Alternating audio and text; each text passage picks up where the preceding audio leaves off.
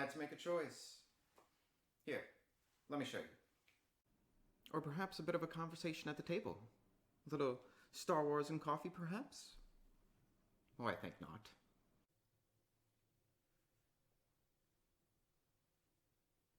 You may never know how close this was to happening, but I think not again.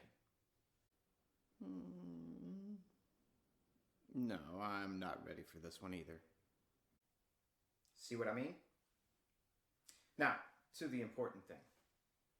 Chapter 29, China and the Developing World. This is really one of our biggest cases to look at. Not just because China is one of the biggest countries in the world with the largest population and the second largest GDP in the world, but because they have done something very few developing countries have. And we're going to talk about that. And we're going to ask, how did they do that? Very important question. Well, let's get into it. This is our time. Let's begin. Oh, and try not to stare at the hourglass too long.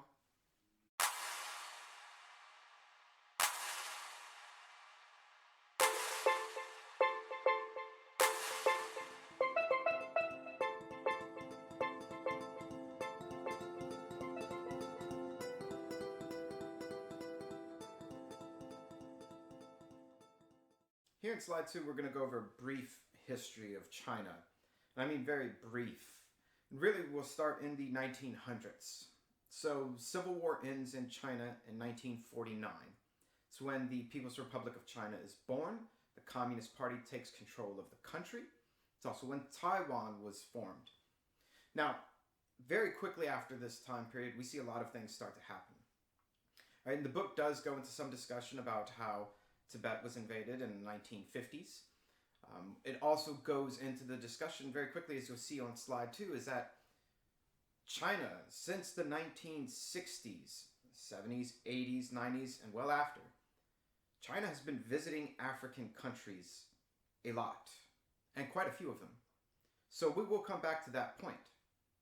What else has happened through China's history since 1949, though? Well, one of the big things was in the 1960s and 70s, we see Mao Zedong's Cultural Revolution. This is when Mao tries to transform China's economy and their culture at the very same time. Now, the short version of this, it goes horribly wrong. And the economy goes bad, and millions of people die due to this trying of transforming the economy with a Chinese communism. That's quite different than Marxism. It's quite different than a Soviet style. So don't just think Cold War communism here, because that's not exactly what goes on in China. China very early breaks away from a Soviet alliance to do its own thing. But in the 1970s and later 1970s, after the Cultural Revolution and the economic transformation fails, what we see is something very important begin to develop. Within the Communist Party itself, in China, there are hardliners or Maoists, and there are softliners. They're still both in the Communist Party, they're still both communist, but it's a matter of degrees. And we'll come back to softliners versus hardliners later as well. It becomes extremely relevant. But in the later 1970s, we start to see the softliners win out. And we start to see economic transformation take place slowly over time. This is when economic liberalization starts in China. And going into the 1990s and then further into the 2000s, this is when China starts to build up its economy towards what we know it to be today. We'll get into it more when we look at our data table. 1989, you see on the slide, talks about Tiananmen Square Massacre. We don't spend too much time on it, but read it in the book. You should be aware of what this event is and what it means. Going into the 2000s, what else takes place to get us closer to today? Well, one of the big developments is as China's economy really starts rolling and as they start to become a global power, 2008, they host the Summer Olympics. This is a big deal for a developing country. It shows the world that we have the money to invest in an event, in infrastructure in these events, that no matter where the Olympics go, the World Cup goes, or the World's Fair goes, cities and countries that pay for these events, they always lose money. So for a developing country to do this, it's a big signal that says, hey, we have enough to invest in this. Let's keep going. What happens more and more towards today? Well, we start to get into the One Belt, One Road initiative, which we'll get into more, but that's China's global expansion of their economy and economic influence. All of this in the past 8 years has really come with President Xi Jinping. And in 2018, a huge development came, where the Communist Party of China voted that no longer would presidents be term limited, which gave way to the potential for President Xi Jinping to be president for life. We'll talk about what that means as well later. And then, of course, we have events like what's going on in Hong Kong today, which we will also talk about later. But that's just a brief history of what's been going on in China the past 80 years. And there's so much more. But we want to think about how those events affect where China is today, and as far as development towards being developed. Here on slide 3, we think about a very important question. Is China like other developing countries? Or not? And why? The short answer is no, China is not like other developing countries, for multiple reasons. First one being, China has existed as a country for well over 2,000 years. So it has a very long history of development and of trying different things out in their political system. Number 2, China was never fully colonized like other developing countries. Yes, a lot of its seaboard was colonized. Hong Kong was colonized, even until 1997 when the British left. But China, for the most part, as an entire country that we saw on the very first slide with the map of China, that entire country area was not colonized. As such, when decolonization took place in the 50s and 60s around the world, and neo-colonization started taking place, meaning colonial powers were still influencing those countries, China was developing independent of that influence. It's a major difference. So, what was China doing as far as developing internationally? Well, in 1954, they released foreign policy goals, the 5 principles of peaceful coexistence. And I want to go through each of these one by one. So the first one, mutual respect for each other's territorial integrity and sovereignty. Number 2, mutual non-aggression. Let's all be friends. Number 3, mutual non-interference in each other's internal affairs. Don't mess with our internal politics, we won't mess with yours. Number 4, equality and mutual benefit at the international level. And number 5, peaceful coexistence. What does all this say when you put it together? That China from a very early time wanted to coexist internationally, peacefully with all other countries and do business, but not have other countries meddle in their internal affairs, and they no longer wanted to, but they did not want to meddle in other countries' affairs either. That sounds very nice. But then, last slide, we did talk about the Cultural Revolution and the economic transformation in China in the 60s and 70s. How slowly their economic system went from more of a Maoist communist system more towards a capitalist system. Now, don't be mistaken. The economic system in place in China is not market capitalism. It's more towards it than it was in the past, but it's still very much run by the Chinese Communist Party. But still, so their economic policies have changed a lot over time. A question to think about. Has their foreign policy goals changed over time? Since 1954, does China still implement these 5 policies? Or have things changed? Think about that during intermission.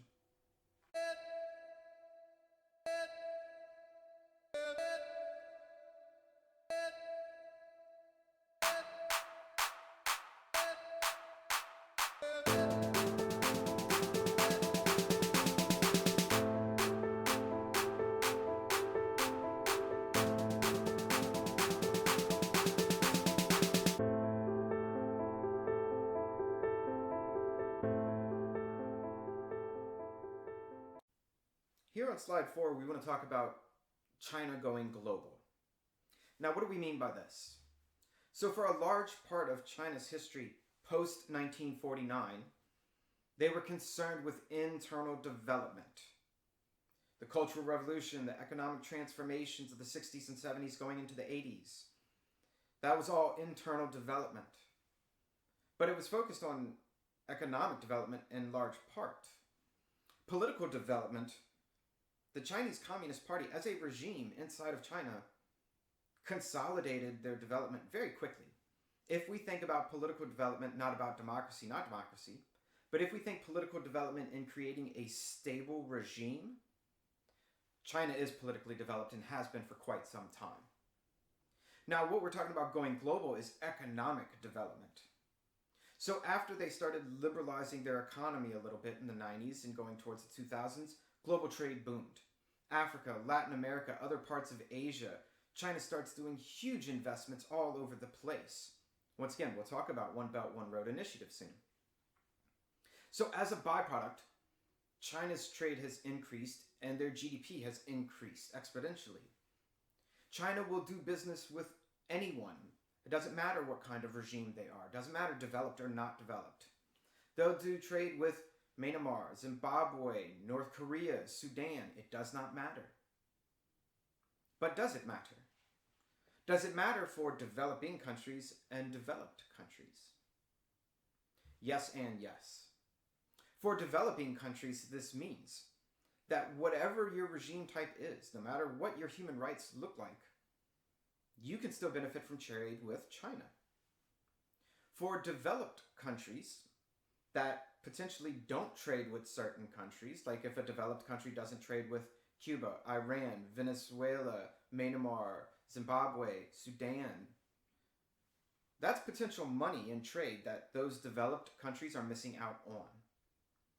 China is gaining that money from that trade because of peaceful coexistence and 1954 foreign policy goals.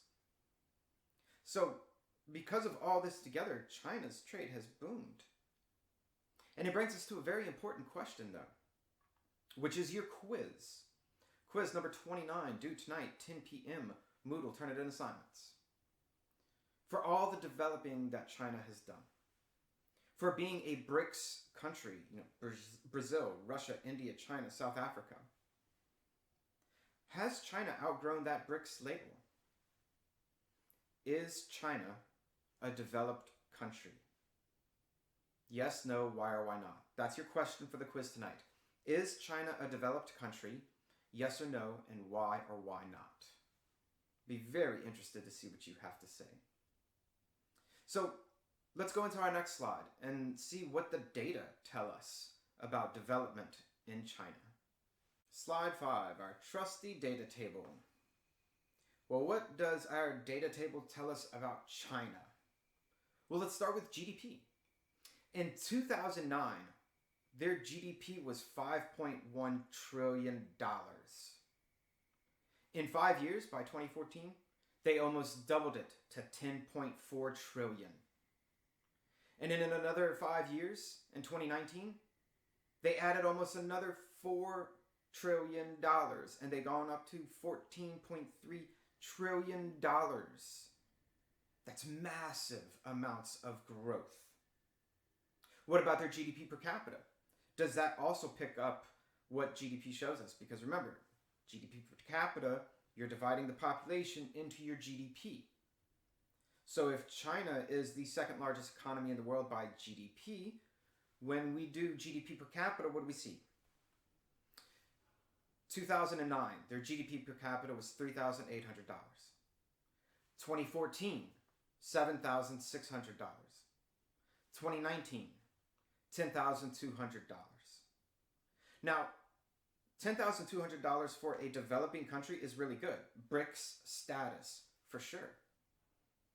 But is it comparable necessarily to many of the other countries we would see at the top of the GDP list? You have to start to wonder. What about Gini? What do we see? Remember, Gini index looks at income inequality. In 2008, because the dates available for income inequality for China are not that readily available, But in 2008, it was a 0.43. That's pretty high, right? But it's pretty around the same area as the US as far as income inequality goes. 4 years later, or 5 years later in 2013, it's a 0.39. It decreases. 3 years later, the last data point we have for Gini in China is a 0.38. So it looks like income inequality is dropping in China, but it's hard to say because the newest data point we have is from 4 years ago. What about our Human Development Index? So this, remember, looks at health, education, and income. In 2009, they had a 0.70. That's pretty high. This is really good. In 2014, it goes up to a 0.73. And by 2018, it's up to a 0.75. So again, really good as far as BRICS status and developing. But also think about this. Look at how much their GDP increased over that same time period. One would think that potentially it would affect HDI a little bit more. It's something we should think about. What does this say about education and healthcare in China? We'll come back to it.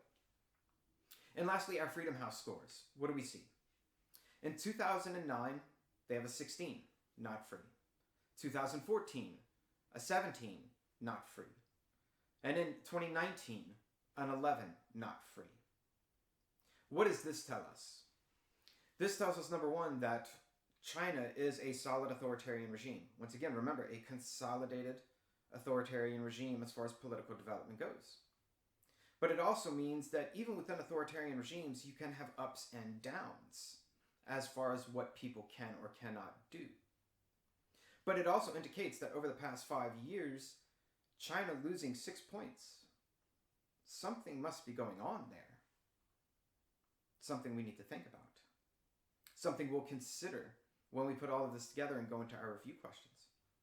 But what does taking all of this data mean for us about China? What can we take away from this? Well, one, their GDP and their economy is booming. Okay, their GDP per capita is really high for a BRICS country. Their Gini coefficient, their income inequality is decreasing, although we don't have any new stats, so that's also a good sign of development. Human Development Index is increasing, although it may be income driven, so we question what's going on with health and education, if that's really improving. And they're a solid authoritarian regime. All in all, this tells us that economic development is increasing in China and that they are a stable political regime. And for developing countries, being politically stable helps increase the possibility of further economic development. This data table together tells us that right now China is set to continue the kind of growth that we are seeing here. But now let's jump into a few last questions in our next slide. Slide 6, our review questions. And we will jump into each one of these 4, so we're going to go kind of quick. Our first, what is the One Belt, One Road initiative? This is an economic policy, an international economic policy China's been doing for the past several years to increase trade Southeast Asia, Asia, Central Asia, Middle East, and Africa. It is infrastructure programs for airports, international highways, ports for sea trade. All of this to increase trade efficiency in the above-mentioned regions so that all countries can mutually benefit from efficient trade. It's a big deal.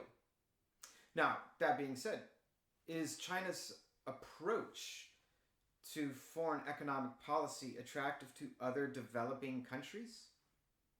Oh, most certainly so.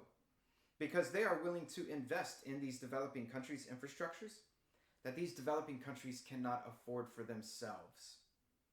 And they're doing it without strings attached, without structural adjustment agreements, without Washington consensus agreements, things we've talked about in the past. China is just saying, hey, do you want infrastructure? Let's make a deal. And it happens. So yes, developing countries are very much jumping on board with this. The next question, how is the world reacting to China's action in Hong Kong? We've talked about this a lot in the podcast and in other sections in our chapters. China is increasing its authoritarian rule in Hong Kong. It is taking away Hong Kong's autonomy, many decades before it was supposed to expire in 2047. What is the world doing about this political move? Very little. Okay? Yes, the UK and a few other places are making it to where Hong Kong citizens can have an easier time applying for residency and doing long-term residencies in their countries. But outside of that, the world isn't doing too much to stop China from increasing authoritarian rule in Hong Kong. China's not paying a huge price for this. And our last question, should China become more like more developed countries and how it gives out economic aid? We're basically asking, since China is developing so much towards that developed status, should they start doing aid projects like developed countries? If you're China, the answer to that would be, hey, let me see that data table on slide number 5. Oh, no, we don't want to change very much at all. We are doing just fine the way we are. You see, China, because they're an authoritarian regime, because now presidential term limits are completely taken away, they can plan long-term international economic policy. And other countries can rely on that policy going on and on and on and on and on. It is within their own self-interest, China's self-interest, to continue doing what they're doing, to keep developing as they have been developing. China represents a really unique case and really illustrates to other developing countries that there is more than one way to go about development. And China is a great example of how is a different way. But I'm curious to your thoughts on what you're going to do for the quiz. So write in, let me know. I'll talk to you soon. Take care.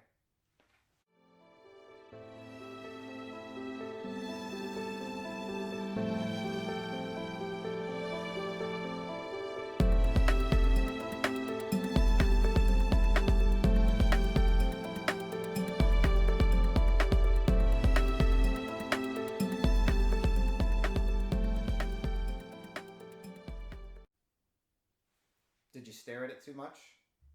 If you did, what slide did I flip it over in? And how much time do you think it really took me to do all of this? If you're seeing this, you can actually use this answer for your quiz instead of the other question. Take care.